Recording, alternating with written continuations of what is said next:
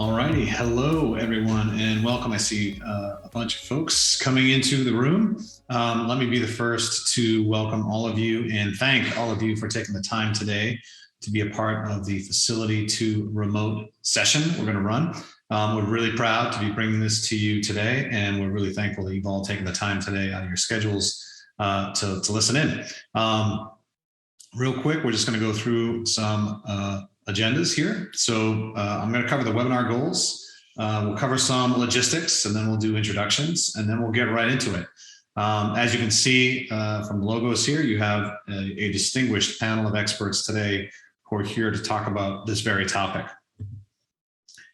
So at the end of this webinar, you should have a really good understanding of certainly trends in remote production, certainly all the things that have happened and brought us to this point over the last few years. The various different approaches that are being taken in terms of enabling a distributed workforce, not just from vendors like Avid, but also from customers and customer perspectives. And then, it feels like we're never going back, right? And so we're going to talk about what that really means, both from an operational and business perspective. And then just how are these approaches that folks are taking in the market today affecting and informing things in the future in terms of how they're approaching basically production work and a distributed workforce. Okay, so here's our panel. Like I said, I'm really excited to have this group on the phone today. It's just such an impressive group. So I'll just start with myself. My name is Ray Thompson. I'm the Senior Director here at Avid for Partner and Industry Marketing. And I am an industry veteran, been around a long time. And I want to welcome, first and foremost, Brian Reed. Brian, please hop on and introduce yourself. Hi there, it's Brian Reed. I work at Picture Shop out of the Toronto location, and very proud to be a part of this group today. I came from the legacy Technicolor group prior to being part of Picture Shop, and obviously 30 plus years of post experience in Toronto, Los Angeles, different parts, and looking forward to today's panel. Excellent. Thank you, Brian, and thanks for being here today. We also have John McVeigh. John, you want to introduce yourself? Hi, I'm John McVeigh, part of Teradici, now also part of HP. So great to be joining everybody. Echo Brian's comments. Looking forward to having a interactive conversation. Look forward to any questions from the audience as well. If you're not familiar with Teradici, we do remote technology. We're 15 million of users out there already in large usage in media and entertainment. So great to be part of this panel today. Excellent. Thanks, John. And then Marcus Scholler. Marcus, you want to introduce yourself?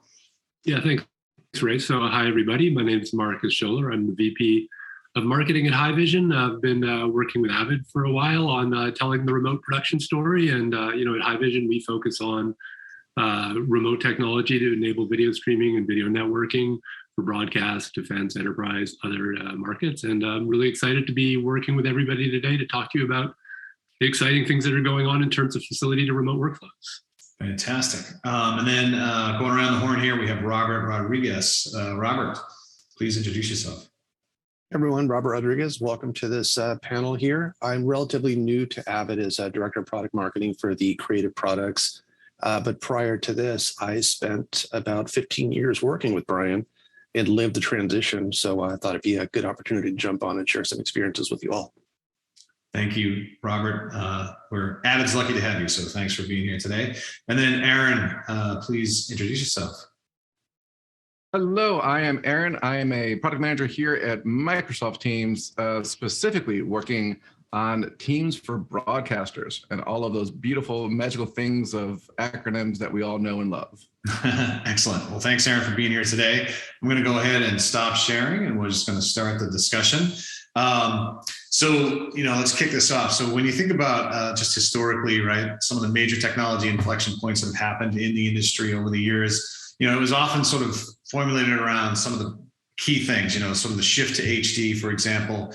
And certainly there were other ancillary things that came off of that, but it was like everybody was talking about we're going to move to HD. And that took a long time for the industry to sort of get to that point, right, where everything was HD. Then there was the shift to sort of file-based workflows, right? And that was certainly, another big inflection point over the last 30 years that has certainly improved workflows. But when you kind of look at those two sort of bigger things, right, and you go to NAB, that's all anybody was talking about.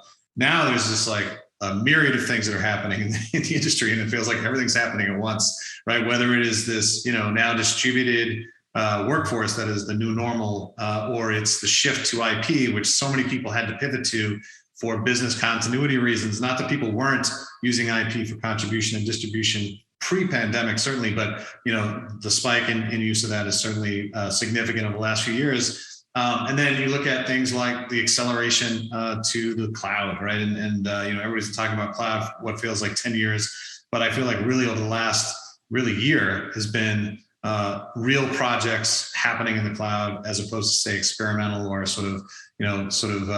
trial style type efforts happening at different companies.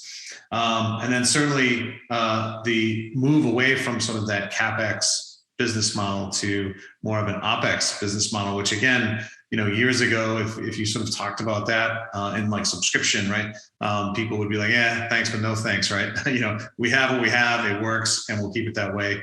And so all of that has been turned on its head, right? And what we've learned, I think, over the last couple of years is that, a lot of these different things all happening at once are happening because of, in many ways, existing technologies, and other ways, because we had to move that way. And thankfully, a lot of those technologies were here. So Robert, I guess I would start with you, right? As someone who is just recently new to Avid, but who has that customer experience. You want to just talk about all of these different things that were happening, how you guys, when as a customer, started to sort of pivot, and sort of how you guys reacted initially. Yeah, certainly. I think we reacted probably the same way everyone else did, and just a panic to keep the clients happy, right? And continue to keep working. When you're in this industry, you really are sort of a service-oriented industry. So it's definitely all about making sure that the content is still flowing. As most people know, the way production happens, there's a lot of stuff that's already sort of in the can, if you will. It's already been shot. Work has to continue. So we had to really scramble to sort of figure out what the best way to get our customers out, excuse me, to continue to support our customers and to get our talent out and continue working in a very short amount of time. So as you were saying, Ray, I think the industry, has sort of been forced into a lot of these evolutions through natural disasters or now pandemics. It was already going that direction, but we were probably looking to make the shift in the next 2 to 5 years. We had to do it in 2 to 5 weeks, right? It was, and actually in reality for some shows in 2 to 5 days. We could not allow to miss an air date or a drop date. I think what interested me about, this panel here, especially with Brian, is this conversation that we're having. Brian, myself, and a team of other engineers were having this on a weekly basis once things settled down, but on a daily basis. We just had an open conference line that stayed open for 16, 20 hours a day, that anyone can chime in at any time and just scream help, right? Yeah, so it's a very interesting trend, but it was very quick to have to turn this around. And I think we use just about every single product that's being represented over here from our partners and from Avid, and then some. Yeah. So Brian, you were working with Robert at the time, and can you describe it was kind what of, your approach was? We got a lot more friendly, and I really have to, shout out to Teams, because we used to have, monthly, weekly sort of meetings, and they were on some sort of weird blue jeans or some kind of, Zoom wasn't really that reliable. It was hard to get people from across not just the continent, but the entire world, all on the same table, talking about this, commonality of problems and issues and things. And oh my God, Teams has developed tremendously, and it has become a huge backbone of our daily lives. I mean, we now are spending, hours and hours a day with, headphones in weird little offices, remote, working remote. And honestly, I have no plans to work full-time ever in an office again. I mean, it has transformed this much. Obviously, there's an awful lot of work that we need to have done within the facility with direct client, being able to look eye to eye across a console or a table or something. But all these new technologies from all of you have allowed us to do these things. It has transformed our business overnight. The need for more material, the need of the consumer, not just in COVID times or whatever else, but the delivery method has changed. Streaming, obviously, the subscriptions have never been higher. I don't think it's ever going to drop off. It'll grow at a slower rate, I'm believing, but everyone's looking for new portals, new ways to deliver their content. I mean, we're a world of storytellers, and it's not just, driven by what's happening in Europe right now or what's happening, from the CDC or somewhere. It's happening everywhere, and there's an awful lot of content that needs to be accessible in some channel somewhere. So that's just what all of this is changing today. Yeah, it's amazing. And certainly the amount of productions people need to produce nowadays is just spiking because of all the competition in the market. And Brian, because you mentioned it, Aaron, can you just talk about, teams and the growth of teams over the last few years and sort of how Microsoft has sort of dealt with that change? Come a long way from Skype. In April of 2020, so in April of 2020, Satya said that we had 2 years of innovation in 2 months. And that was, 2 years ago now, right? So it's April of 2022. And so things continue to progress at just a fantastic, amazing rate. Ray, you started out saying, we've got 10 years of innovation. That's probably about right. That's probably about accurate now. And on top of that, this talk about not just doing experimental things online or through Teams or through these kinds of productions, but real productions happening remotely. I'm not sure if everyone's aware, but the most recent Olympics, the tech that we use with Teams for transmission for NDI and our SDI outputs, there were over 140 segments of the Olympics produced through Teams. So wow. I don't know that you get much more real world than the largest sporting event in the world that I believe there's numbers that say like 3 billion people watch the Olympics, something like that, right? Yeah. So I think we nailed it. I think we did that whole virtual production through the cloud, through Teams thing, and now we're going to continue to do more and more. Especially, there's reasons I'm on this call, but we can talk about that later. But it's we have lots of cool stuff happening with Teams, and we're growing in a way that's wide. It's wide and deep, both at the same time, right? So we're doing broadcast, but we also do chat. We have reactions, but we also are having RTMP. People are building apps on the platform and doing webinars through Teams. So it's more and more stuff is happening to bring people together to communicate. Yep, and that speaks to enabling that distributed workforce and the collaborative nature that needs to happen now. That used to happen, as Brian mentioned, sitting across the table from each other. That now no one really wants to go back to, other than for the occasional right key client meeting, I guess, if you will. Marcus, for Haivision, it's been an incredible ride as well. Can you just speak a little bit about sort of what's been happening as it relates to streaming in general during the last few years, and then sort of how that's impacted you and your business? Thanks, Ray. Certainly, when the pandemic hit, it forced everybody to start, scrambling to adapt and figure out new workflows. We had already been involved in the types of workflows in advance of that. Certainly the idea of remote production. Deploying limited amounts of resources out to the field to stream content back to the broadcast facility where the production would happen. That was something that people were doing already. It was starting, and we had a number of interesting examples of people that were already kind of pioneers in that space. But then, bam, the pandemic hit, and suddenly everybody was figuring out not only how to do more of that, but also how to take everybody that was sitting in the facility, let them be at home, and figure out ways to continue to function. And some of the core technology that was part of the IP streaming to go from the venues back to the broadcast facilities suddenly found themselves being useful for distributing those workflows to employees wherever they might be located. And it's not, it could have been technical staff, it could have been directors, it could have been producers, it could have been analysts, it could have been on-screen talent, it could have been remote operators, it could have literally everybody was trying to figure out how to continue to work with obviously health and safety as the priority at the time. But what we were seeing happening quickly were people were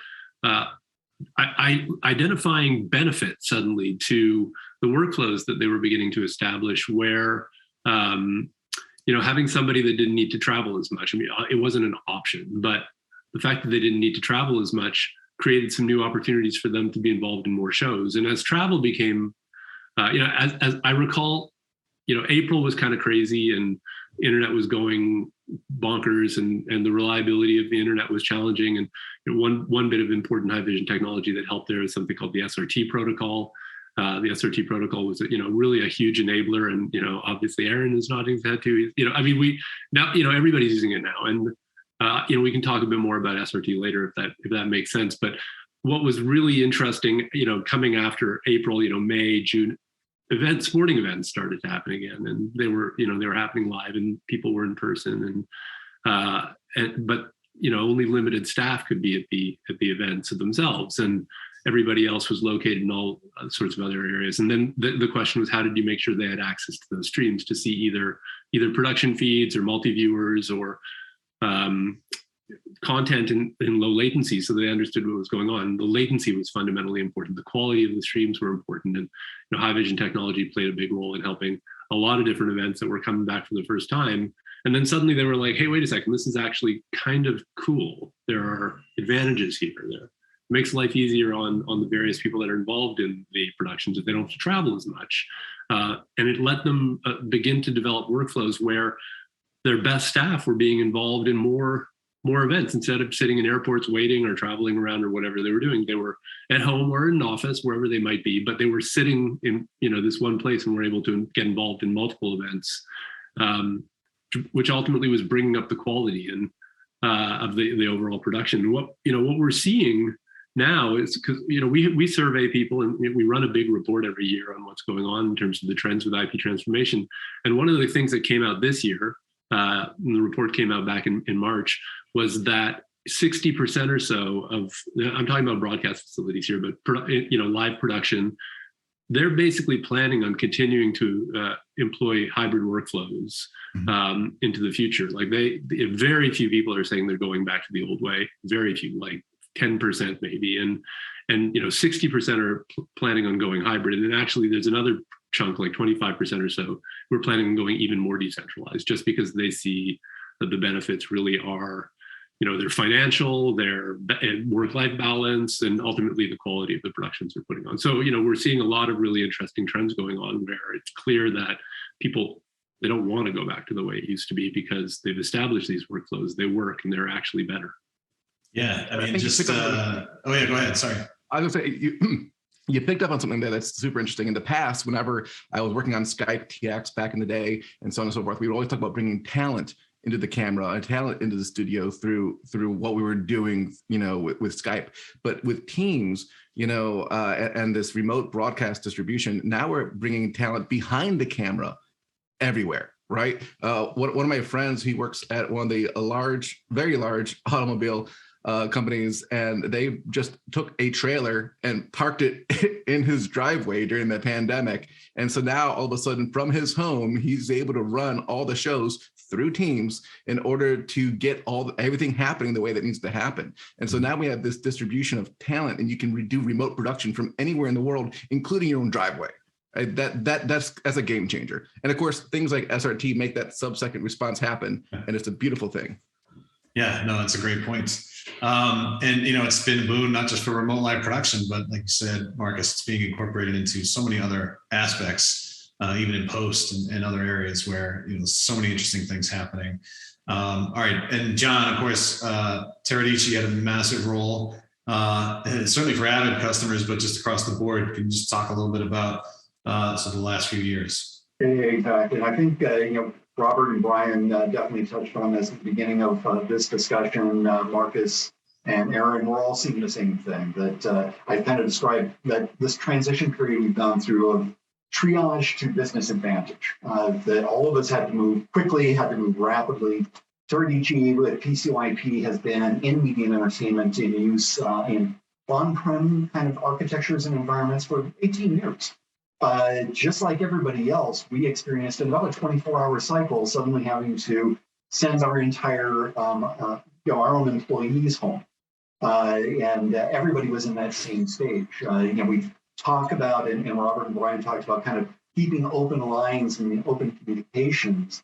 As a company, we were working with broadcasters, with entertainment groups that on a Monday were trying to think rapidly about a POC that was going to go live Tuesday with everybody at home. Just give the examples all of us went through.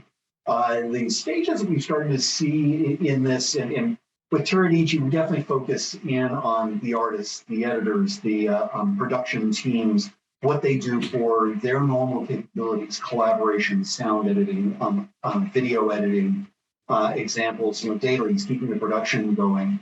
Our own realization that for entertainment and for news, we became suddenly critical, not only for making sure that everybody stays productive, but at the end of the day, making sure that those people can do what they need to do, which is make sure people are informed and entertained. We're all sitting at home all of a sudden. So some amazing changes for all of us. I echo with Aaron that in very short time cycles, suddenly innovation became critical. Things that our customers had asked us for that were, we'll get there on the roadmap, suddenly became mission critical. And just a very fast cycle of enhancements from Teradici's own perspective, enhancements in audio, enhancements in collaboration and online, directions that enabled that in-office experience, but suddenly now remote, have been part of what's exploded. The other that's changed now that we're all starting to adapt to, Brian has hit it. I'm a remote worker before all of these things started. And I kind of joke that, is part of these transitions, I've gone from home office to home studio. And I think a lot of us are realizing that the production now starts at home, and it's because I can.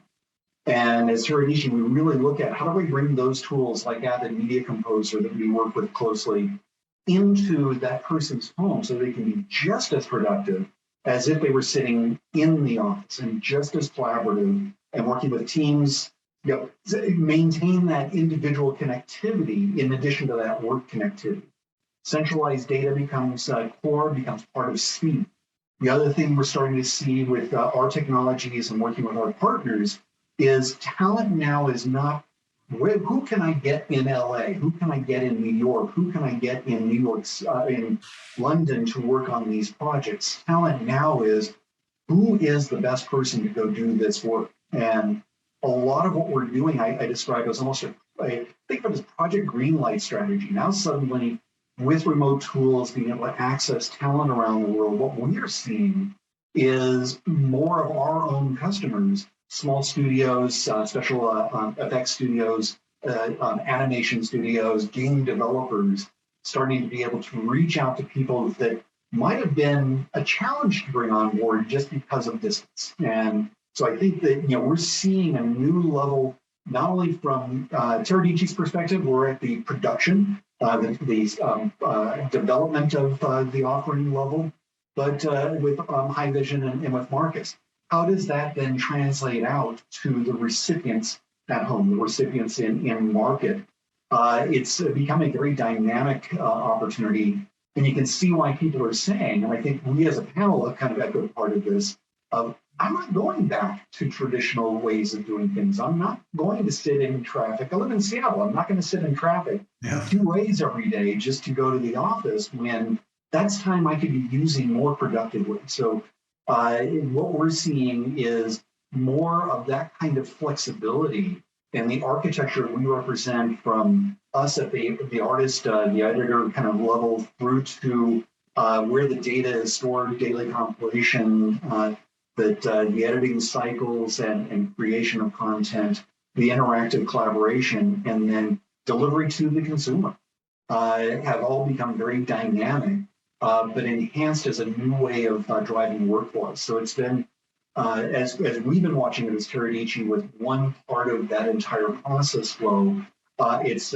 been very, very dynamic in what people are able to start doing that, to your point, Ray, at the beginning, we thought about and we talked about doing, but we had a little bit of a forcing function to make us all really implement it and discover this really is a better way to do things.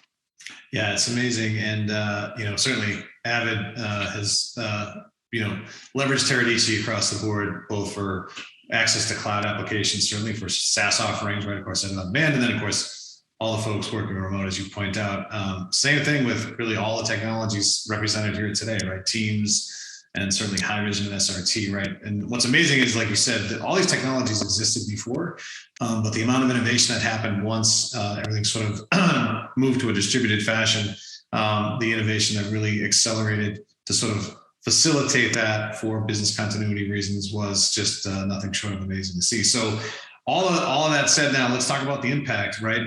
From both, a production perspective as well as from the various different vendor perspectives. Brian, what has been the impact now, right? As you have sort of experienced all these different things, you guys had to pivot. You made all these changes. You're not going back to the way things were. What are some of the things that represent that impact, right? Both now and kind of looking ahead. Well, it's really interesting. I mean, one of the main concerns, just to loop back for 1 second, was security for all of us, right? Yeah. We needed to ensure we don't own the content that we work with. So it is incredibly important to our clients that their work was 100% secure. And if we were going to embark on anything in a remote scenario, that was one of the things. If you had on-prem storage, you had on-prem people, client sessions, you were very contained. The minute you start opening that up to the World Wide Web, that's a completely different game-changing kind of scenario. And so again, this is one of the things that a lot of work was initially done. And as Robert alluded to, there were other different technologies that were used originally. I mean, we've always had, the wish to have directors be able to, be involved in Avid editorial. We've always wished and have had very limited but great success with doing remote grading. We've got a director in Los Angeles or New York or London, and obviously we're doing the session, let's say in Toronto or some other city in the world. Now, of course, it has opened this up. It's not just a single point. You have multiple points around the world in many different time zones. We have done remote sessions with a director in Shanghai. We've done remote sessions to South America. We've done and these are, very high bandwidth, very low latency kind of signals that really have to be high quality. And Teams was part of that communication part of it. So we'd have the dual signals. We have the chat channel and video channel because you really do need to see the people's eyes. But to step into now your new question, what happens now and where are we going, right? So we're certainly seeing that there's massive supply chain problems that are dictating a lot of our ambition to be able to expand this and have the collaboration be even greater. But you're 100% correct, John, about it opens up the avenue to hire people that are not in your city. It opens up the possibility to work with clients that are not in your city. It opens up the possibility and expand your offering of what you can offer in a timely manner to your clients. And that's key, right? Turnaround. We know there's deadlines and we know that there's delays all the way through. There always has been. Oh, someone wants to go reshoot. They got to recut. We've got to change the music cues on this. Your delivery time is not changing. You're allowed now with collaboration to have more people be involved in those decisions and more people provide solutions to that. So it's both on, you're getting more input, which hopefully you're getting answers quicker, but you're also able to throw more people at the solution. And I think that's where we're really seeing our new workflows are not just based on a single source of talent.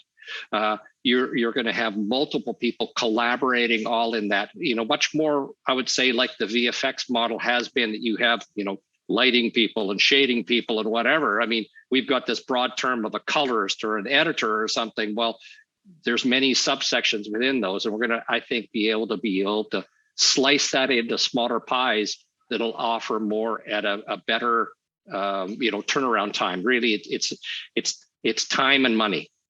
Yeah, I mean, what you're speaking to is not only the ability to work with people from anywhere, right? One of the many benefits, right, coming out of all of this, but the ability to take on jobs that maybe in the past wouldn't have even been, in the realm of possibility, right? Even though you could advertise on the World Wide Web, actually pulling it off, right, was a different story if someone actually came to you. Now, you could spin something up in the cloud and everybody can be collaborating, and regardless of where they sit, they can all be working together and delivering content, and like you take said, advantage of those different time zones. That's the other part of it too. I mean, we've certainly seen an awful lot of work, obviously, on the VFX side, for example, be done in India and things. And that 12-hour offset to North America is not a disadvantage; it's an advantage.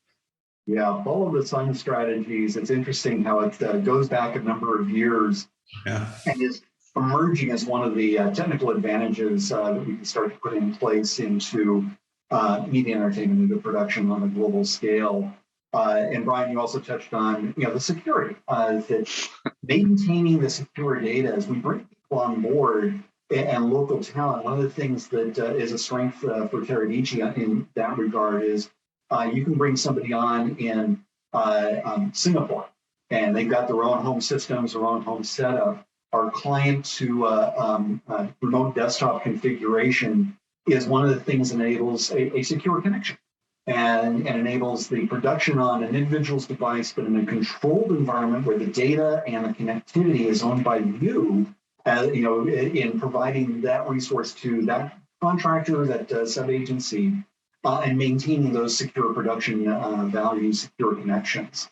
So it's a lot of the factors, I appreciate you brought up security, because it is one of those things that was an early issue of, okay, if we're sending everybody out, how do we maintain all of this stuff? And then the other challenge was, if somebody's starting to produce a certain level of content on a local machine, how long is it going to take to send that in a data transfer over a local ISP versus what might have been going on in their company's hosted data center?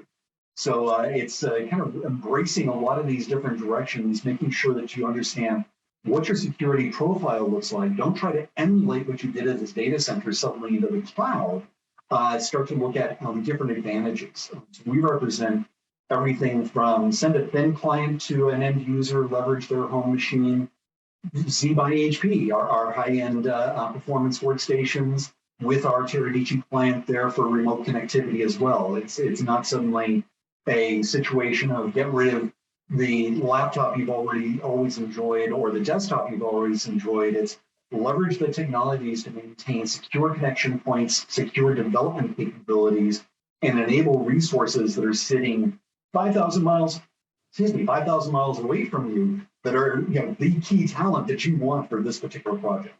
Yeah, 100%. And that's true for SRT too, right? SRT has become so pervasive. Marcus, can you talk a little bit about just the alliance, the amount of devices now that have SRT baked into it, both from an initiation standpoint as well as from a receive standpoint, right? It's exploded.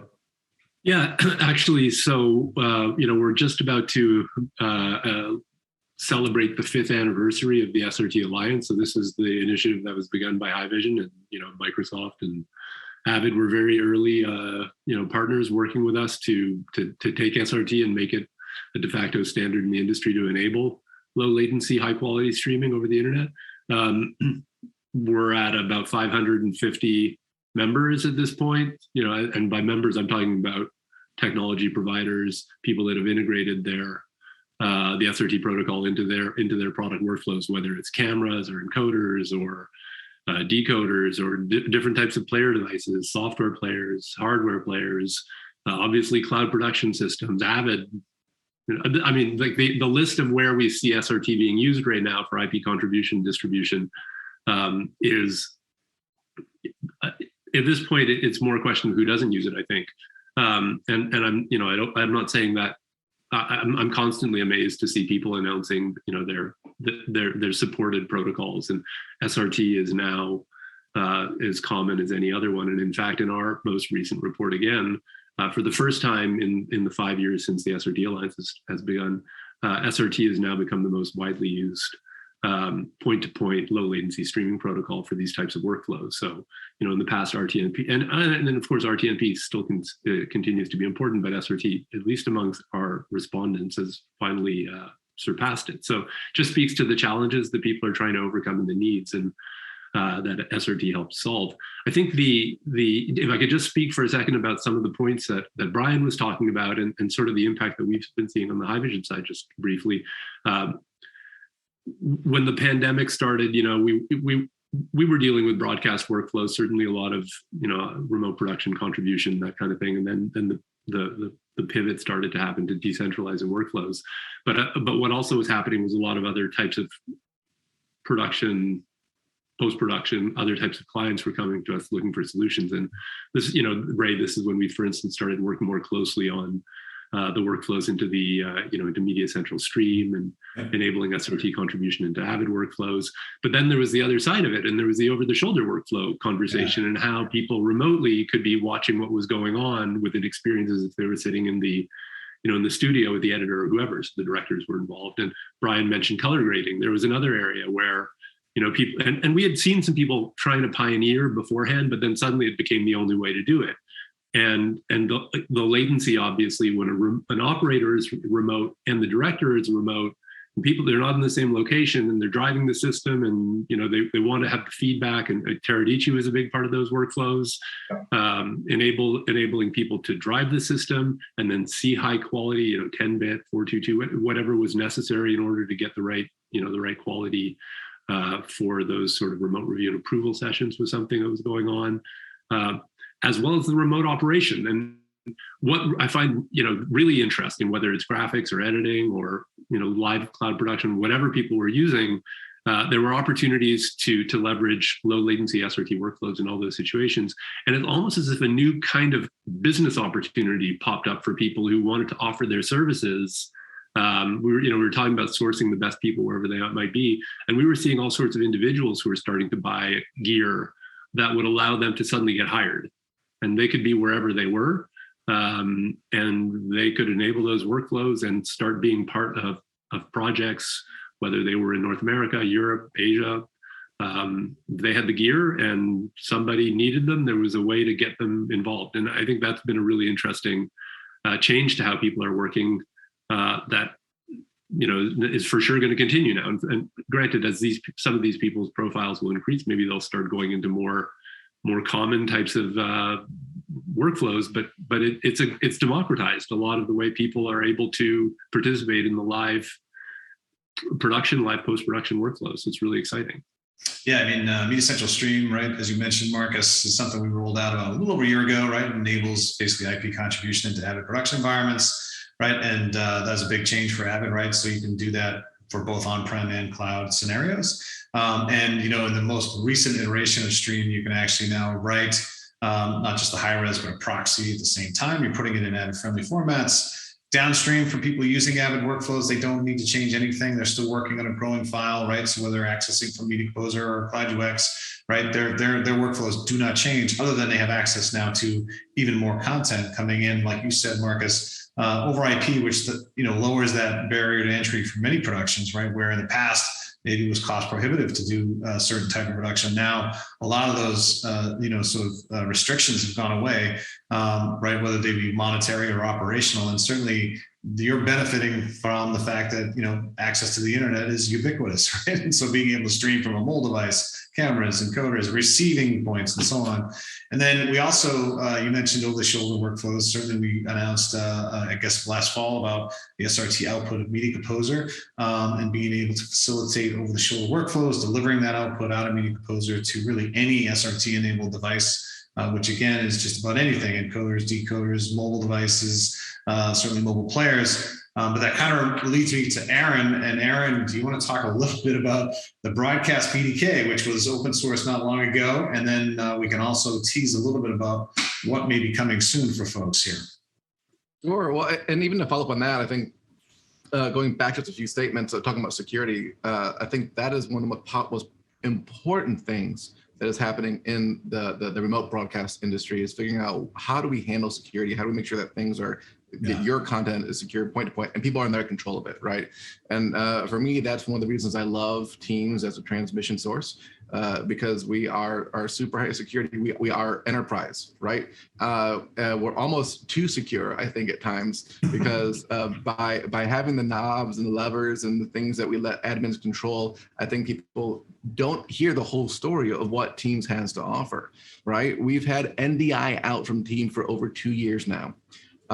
We have the BDK, which I want to get to just in 1 second, that we released last year that does RTMP and SRT.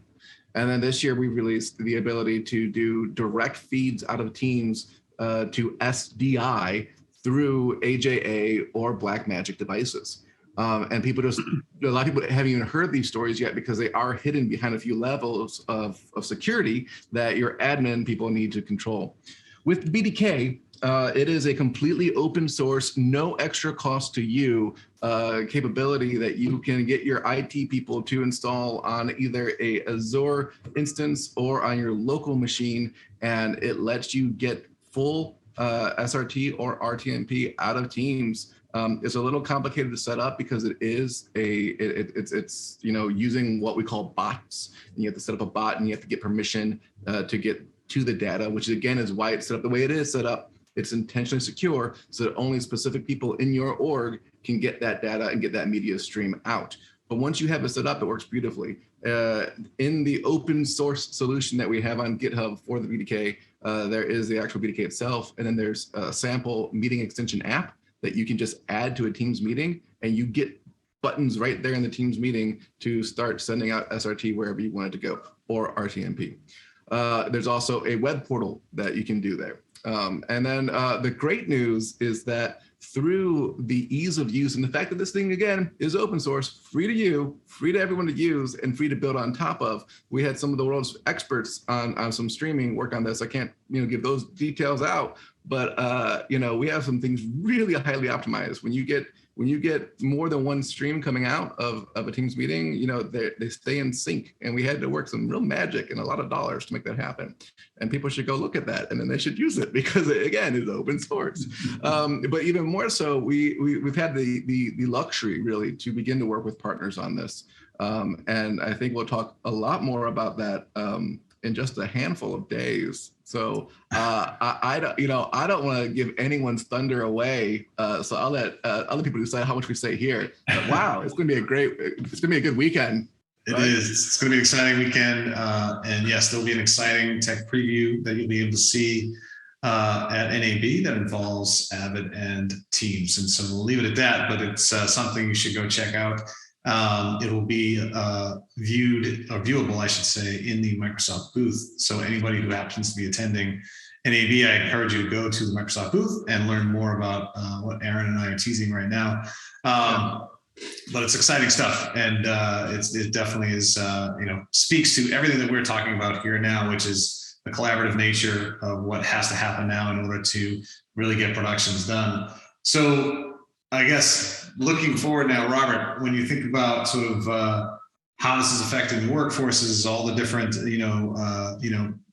impacts that we just discussed around distributed environments, people being able to live now wherever they want. There's even environmental and green initiatives, right, that people are very concerned about now, right, having a less of a footprint. All of this, I don't know if it was by mistake or on purpose, but all of this, sort of really helps with that significantly, right? Because you mentioned it, Brian, right? You don't have to get the car and drive the 101 freeway or to get to the facility anymore. You don't have to do any of those things anymore, and you're being more productive, John. Like you said, wasting 2 hours trying to drive in Seattle. All of that leads to a greener footprint for any company, as well as lessening your footprint, maybe even lessening, even your real estate over time, right? And having everything hosted in some way, shape, or form where possible, right? That isn't to say brick and mortar completely goes away, and depending on which segment of the segment that you're in, right? We've seen it run the gamut, right? From folks returning to office, more on the news side of things, where more folks are actually back in the facility, whereas in post, they're really embracing a distributed workforce and really facilitating and building out, right? So Robert, I don't know if you want to comment more about sort of what this looks like going forward. How does this change things, right, for the industry in your perspective? Yeah, I think in my perspective, it really looks a lot like it has for the past 2 years, right? It's just a lot more of it. Now, there are some places where, like what Brian alluded to, we've been doing this for many years for color grading, and looking at some of the questions that pop up on the Q&A here, just to address those too. It's sort of the expectation that it was very expensive encoders and decoders, and super high bandwidth streams that were being sent over. So it became an expectation that we just had this remote access, right? When you're dealing with a lot of creatives, they don't care about the technology behind it. They just want to see a picture that they could really make their notes on. So all of that stuff was replaced by some appliances that were, under $10,000. And bit rates that were about anywhere from 5 megabits per second up to 25 megabits per second. So in some cases, some of these things were done over just a cell phone, or a hotspot over a cell phone. Quality, what we found, and I wanted to share some images, but I can't do it because of the content that's on them. But Brian will remember these very well. We put up things like a Sony X300, which is the industry standard OLED display for grading an HDR and SDR, all the way down to an iPhone 10, and just compared them with the SRT technology with the streams. So we did something that was live direct connect from a grading application into an X300, a decoder receiving the stream into another X300, and then some different tablets just to gauge the quality of them. And in person, when you were looking at this, they were all dead on, within a little room for error. But we found that something like the iPad Pro, because of the black levels and things that it had on there, it was just incredibly spot on right out of the box. So when we showed these two DPs and the creatives, they suddenly it was fine. They were happy to accept the signal, and more importantly, I think, Aaron, you touched on this. It brought a lot of the creatives back into the mix, right? So there were times where, especially in the episodic world, DPs are jumping from one show to another, and they don't have time to come in and actually view the grading session. They don't have time to sit in with a colorist. They don't have to anymore. Now they're back in remotely, and they have protocols, and they have display technology and different things out there that actually enable them to make some very confident choices and provide notes in real time with their colorist without having to be shoulder to shoulder with them. So I see for the future of this, as the technology gets better, as the encoders become more available and the cost sort of just tapers off, this is going to be something that's just going to be the new norm. And I hate using the new norm, but it really is. This is just the way that people are going. I think it's just the same way that we were spending $30,000 for an encoder before and being able to provide these remote grades to other places. And that was sort of a niche market for very high level projects.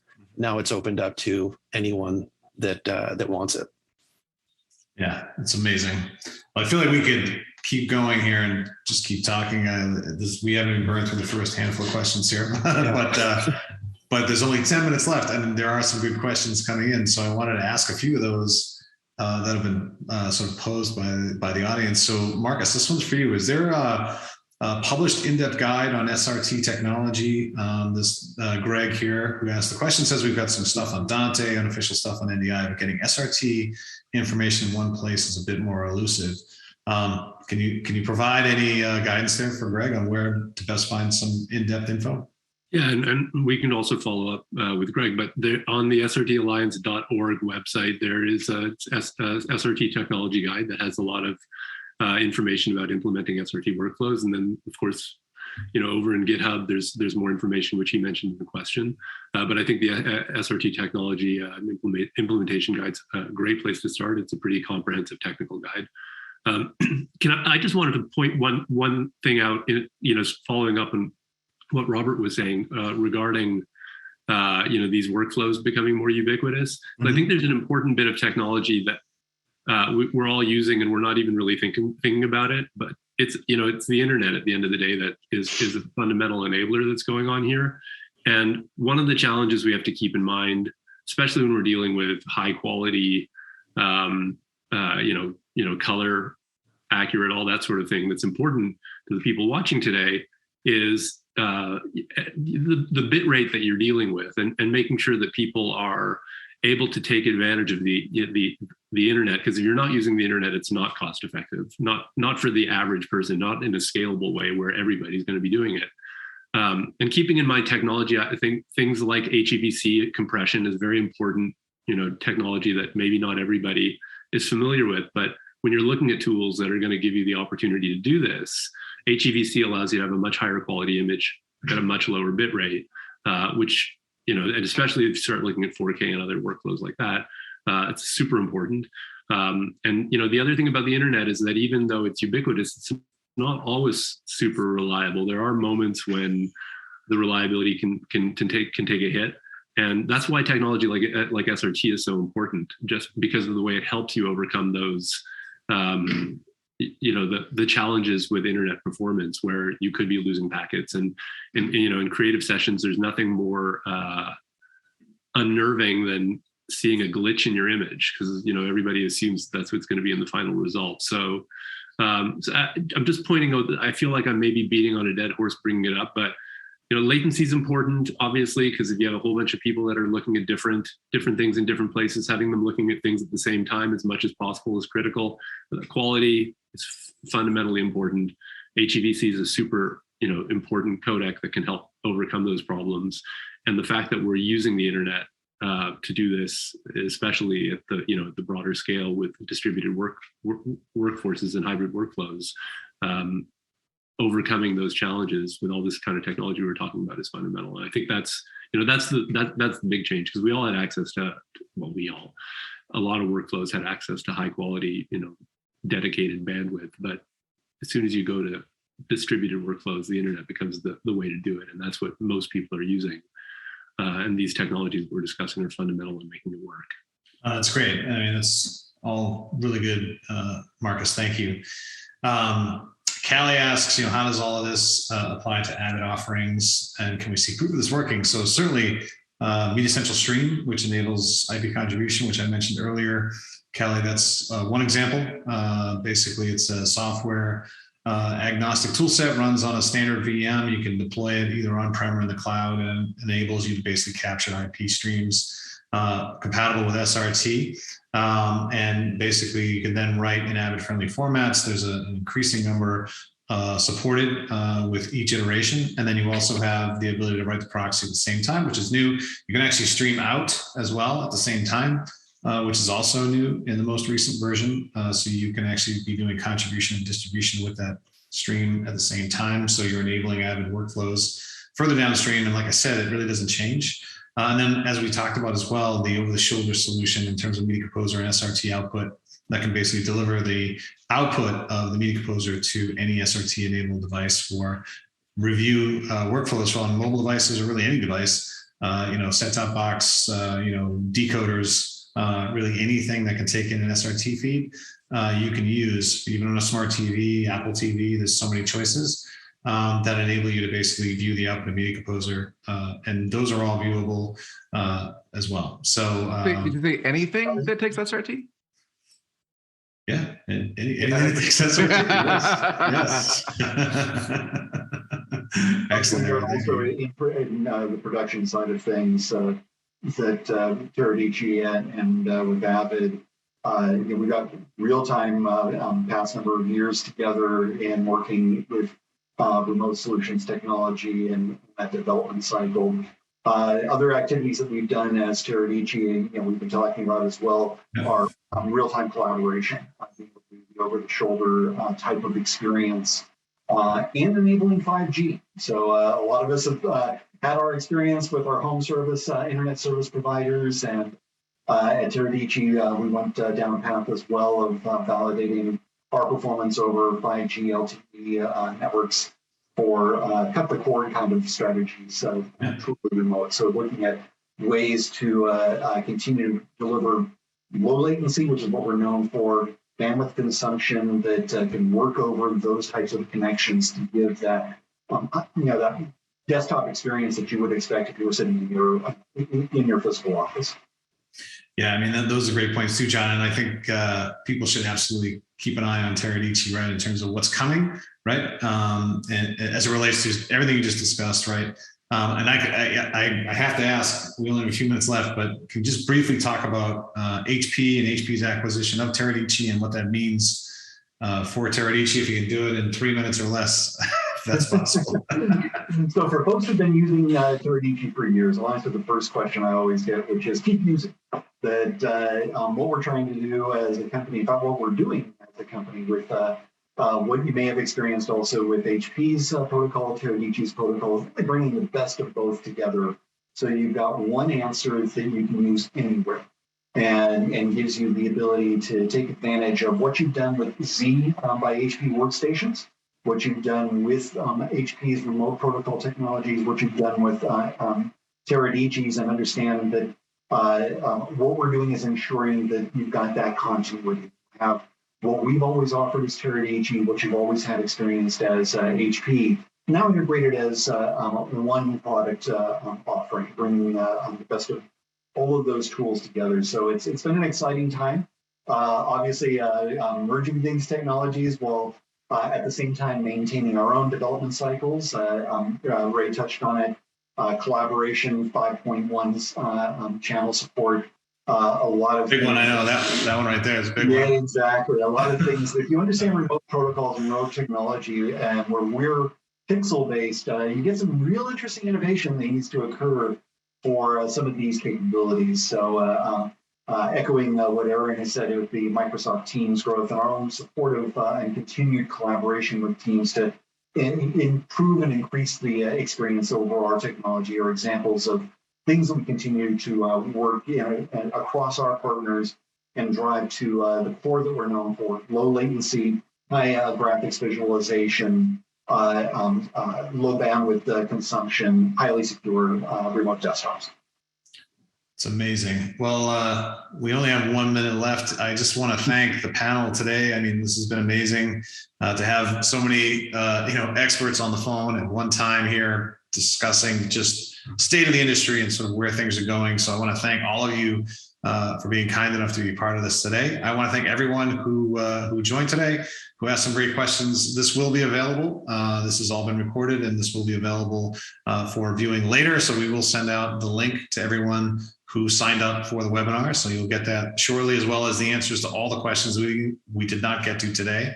And I just want to wish you all, again, a fantastic day. Hopefully we'll see you all out at NAB. I will certainly be there. And once again, just thank you to the panel. Thank you, Robert. And thank you, Angel and Corey and Kent and everybody else. Just have a wonderful day. And once again, thank you all. Have a good one.